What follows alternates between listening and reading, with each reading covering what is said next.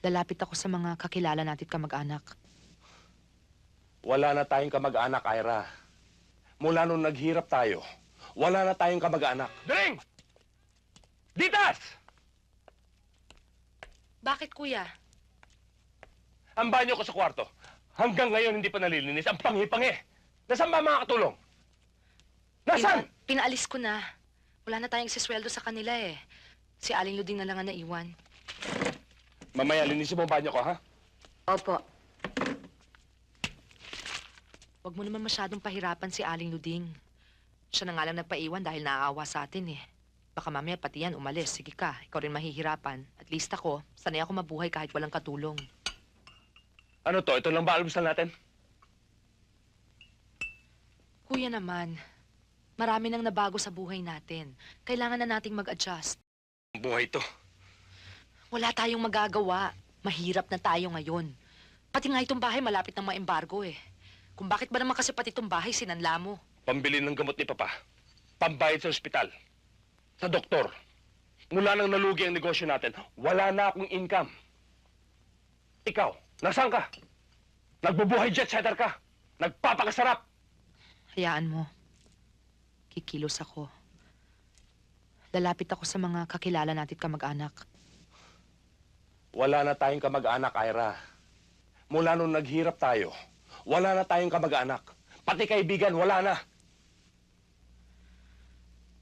Di bale, maghahanap ako ng trabaho.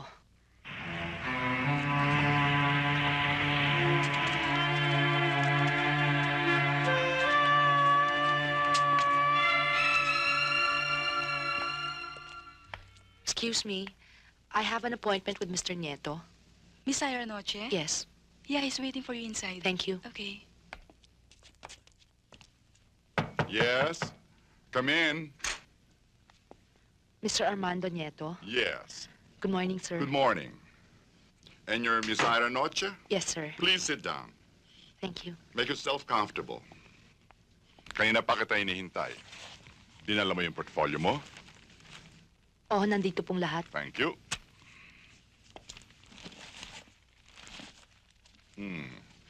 There's Sir? more. Great. The slides. I must see this. Saan ka kumuha ng photography? Actually, sir, wala ho akong formal studies. Although I attended some workshops in photography when I was in Europe. Mostly in Paris and a summer workshop in Rome. Aside from photography, what else would you like to do in an advertising company like Bede?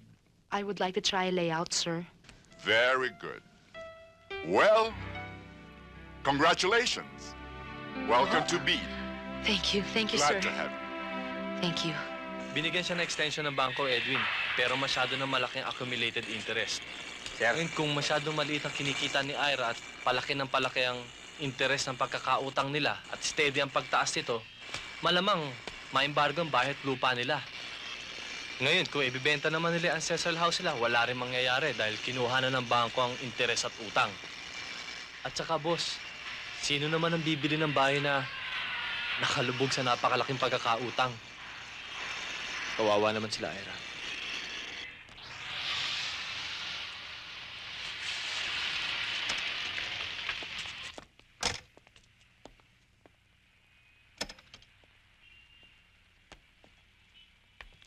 Ginagawa mo akong laruan. Hindi ako sa laruan ng makintab at magara at kailangan mo ipagparangalan at ipag-ingit-ingit sa mga kaibigan mo.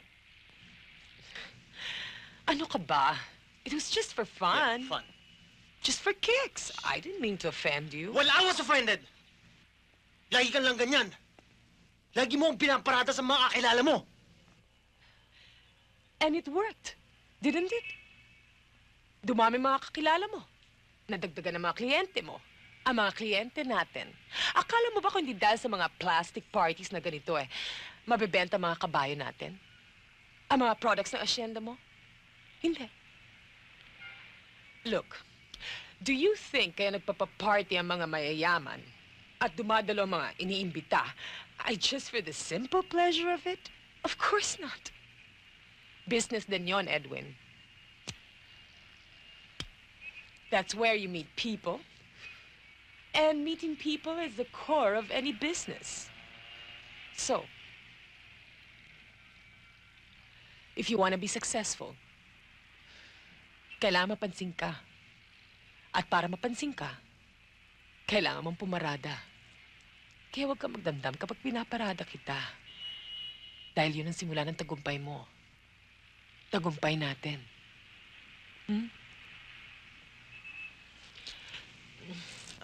Pwede ba?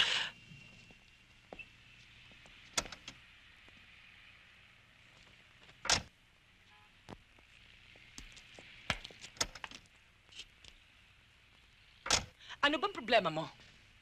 Pwede ba pagod lang ako?